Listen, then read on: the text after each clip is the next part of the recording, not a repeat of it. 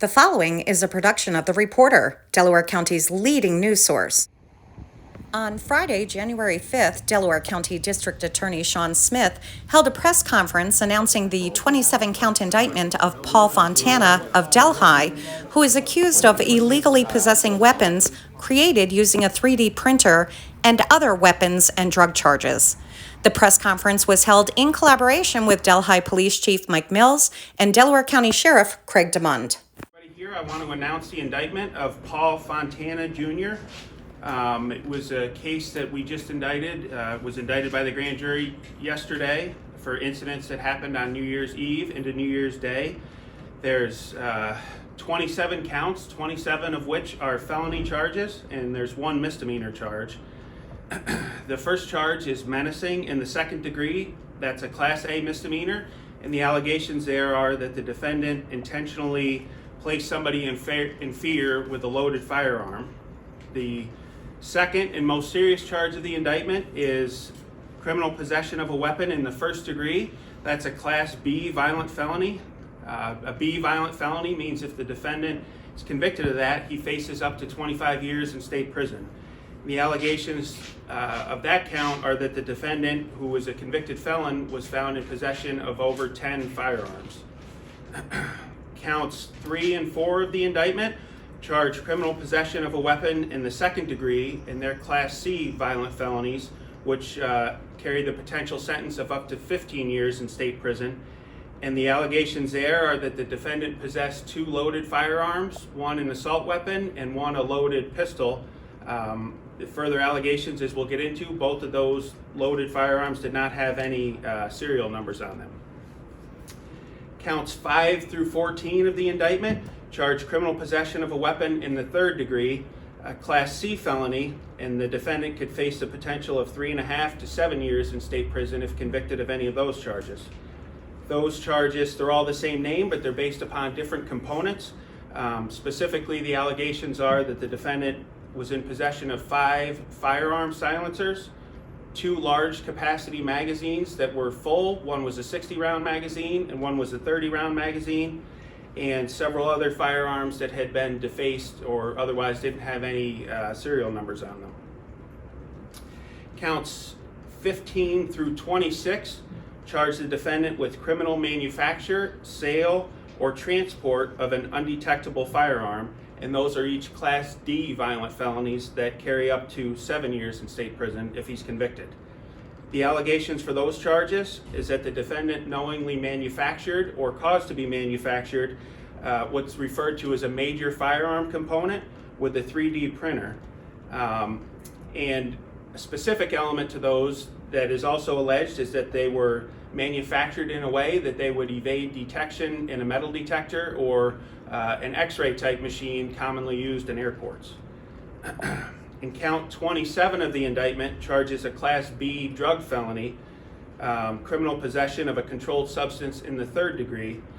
And the allegations on that are that the defendant was found in possession of narcotics along with other things that indicated his intent to sell those, specifically what law enforcement refers to as a cutting agent, to make the drugs, to cut the drugs with, to make them go further or weigh more, along with other scales.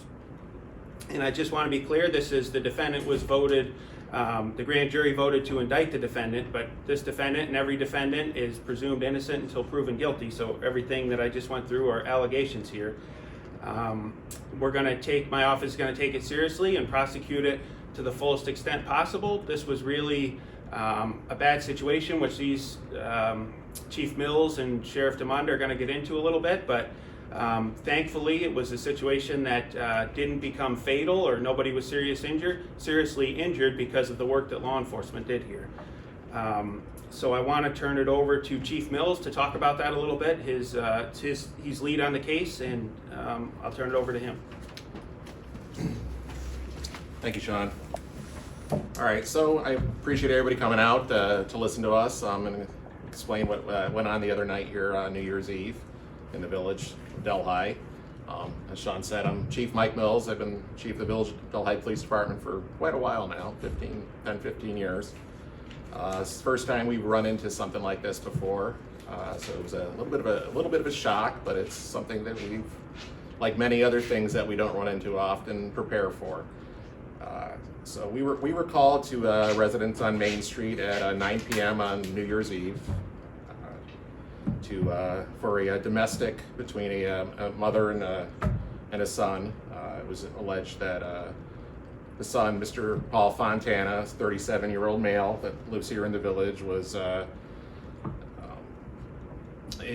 threatening harm to his mother and other people potentially in the building, and had a loaded semi-automatic rifle that was described as an AR-15 type rifle. That was pretty concerning incident. So our agency, as well as the Sheriff's Office, University Police, the State Police, a couple other local agencies responded to assist, Walton PD and Colchester PD as well. As everybody mostly knows, we're a pretty rural community and we have to work together to handle these type of things. So we evacuated the building. This was an apartment building, had 5 or 6 other apartments in here. Had the people, the residents there, a lot of them that were unfortunately, celebrating the holiday, had to leave their homes and were displaced for a few hours while we created a strategy on how to deal with this and execute that strategy.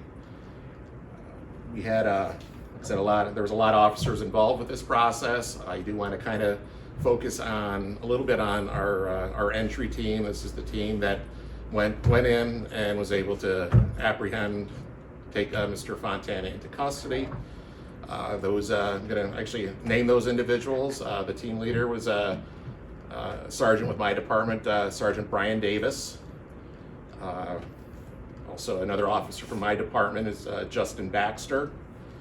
We had several deputies there. We had Deputy Zach Finch, Deputy Lucas Elmore, Deputy Brendan Carnes, Deputy Alec Elderkin. Additionally, Officer Richard Bell from the Colchester PD was assisted us on the entry team as well. They did a lot of planning and before executing this. There was a lot of concerns that we had. Obviously, safety being paramount to the officers as well as the public and to Mr. Fontana himself. We had a lot of obstacles to overcome. Some of those things included the layout of the building. This is an older building, narrow hallways, short hallways that lead to the doors that kind of create a tactical difficulty. And the apartment was on a second floor, which wasn't easily accessible in any other way. We didn't know what was going on in the apartment. We attempted to, but were unable to contact Mr. Fontana either by cell phone, social media. We tried a few other options, as well as yelling down the hall to see if he would open some lines of communication with us, and we had no response. We were trying to reach out to see if we could de-escalate and see if he would come out peacefully and so we could get him some help. And again, we had no response at all. It was a pretty tense situation, as we could hear that he was still moving around the apartment, in the apartment upstairs. He was, we could hear some yelling from that apartment as well. So again, there was quite a few obstacles. So we were able to make a plan. We were able to gather a lot of intelligence by speaking to the mom, to other residents, layout of the apartment, and a few other things. We were able to get some eyes, to see partially what was going on in that second floor area. So we knew where he wasn't, at least. And after a certain amount of time, it seemed like it was possible that he may have fallen asleep. Things got quiet for quite an extended period of time. And by that time, we had developed a plan, and we were ready to execute that plan. So around 12:30, 1 o'clock in the morning, we did that. They again, it was very tense. We were able to make entrance to the apartment quickly. We were able to locate Mr. Fontana quickly and safely. He was armed at the time with the AR-style rifle. He was asleep until we woke him up, and there was some wrestling around, and but everybody was, no one was injured. There was none of my officers, Mr. Fontana, everybody was okay, and we were able to get him into custody, and we proceeded to take him to the crisis unit to deal with his state of mind there. While we made this entry, we also made a lot of observations. Obviously, we see these photos in the background. A lot of these things were right there out in plain view. The rifles, the handguns, the high-capacity magazines. So we realized pretty quickly that we had a bigger situation even than we had before.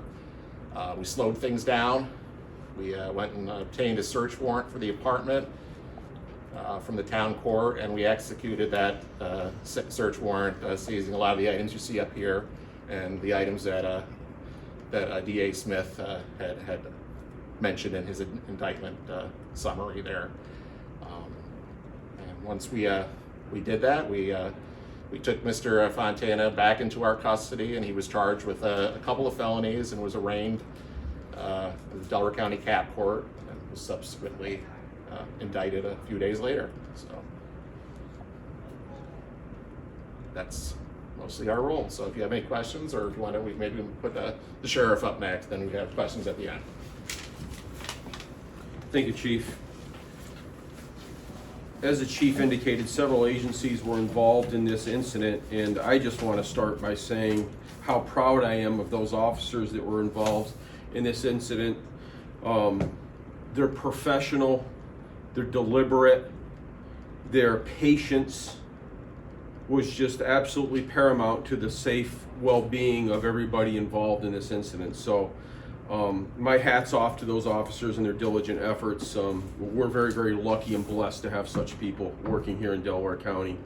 We work as a team. It doesn't matter what shoulder patch we have or what size star or badge that we have on the front of our uniform. We work together, and that's the way we get things done. We're also very blessed to have such an advocate for a DA as DA Smith. He's a staunch supporter of law enforcement, and he's completely dedicated to public safety. And from the law enforcement community here in Delaware County, we're very grateful for that. Thank you. As DA Smith indicated, 27 counts on this indictment. The defendant being a habitual felony offender with a lengthy criminal record, possessing 10 or more firearms at once. He defaced assault weapons, rifles, pistols. He had in his possession large capacity magazines, silencers, manufactured weapons parts without serial numbers, ghost guns, which, as the chief mentioned, are completely undetectable and are a considerable concern when it comes to airport screening and what's going on with our transportation system here in the United States of America, as well as drug possession. Ghost guns are specifically designed to be attractive firearms for traffickers and people who can't pass background checks. Well, if you're a convicted felon, guess what? You're not passing a background check. Right? People that are legal, lawful, tax-paying, law-abiding citizens are not manufacturing ghost guns. In 2016, a report by the U.S. Government Accountability Office noted that emerging reliance by criminal organizations on these sorts of weapons. Since then, law enforcement agencies have increasingly uncovered arsenals of these weapons and investigations of organized gangs. By early 2020, reports indicated that more than 40% of crime guns recovered by the ATF in states like New York and California, who have the highest the most stringent gun laws in the country, were not serialized, and they were untraceable ghost guns, putting the public including my beloved law enforcement officers, at serious risk, not just here, but throughout Delaware County. As Chief Mills said, I'm just going to try to be brief. We normally don't experience stuff like this. We're a small mud puddle county in upstate New York. And our citizens are law-abiding citizens for the most part, who just want to go about their lives in peace and security. We're starting to see this stuff. And we're going to see it more. And it's a result of a whole bunch of things that are coming right out of Albany, New York. I'm not going to elaborate. Anyone wants to talk to me later, I will. But bail reform doesn't work. Okay, this is a felon with a lengthy criminal record who's been slapped on the wrist by our systems and repeatedly let out. Gun laws don't work. If criminals want to get their hands on guns, they get their hands on guns. They're not legal guns. They're not going out and possessing firearms legally. Show me an example where that happens. I'd like to see one. It just doesn't happen. Okay? They purchase them on the black market. They deface the serial numbers. They produce their own through 3D printers and whatnot if they need to. And the clean slate law, the most recent thing out of the New York State Legislature, vows to wipe these records clean of criminals like this one and others after a period of time once they've committed their sentences. Only in New York do we wipe the records clean of criminals while we at the same time open the records of our police officers who are out there trying to keep our community safe. So absolutely upside down and backwards. Again, I'm very grateful. Chief Mills, I'm very grateful for our partnership as well as the DA. And we will continue to do our diligent best, I promise you, to keep our citizens safe here in Delaware County. Thank you. To subscribe or advertise, call 607-464-4009.